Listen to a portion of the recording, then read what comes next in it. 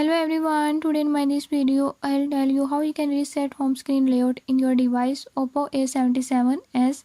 In this device, if you're having any issue like your apps are not showing on home screen, by this method I'll show you how you can change your home screen layout. Before I start, if you are new to my channel, don't forget to subscribe and press bell icon. Watch complete video and learn how you can do it. Let's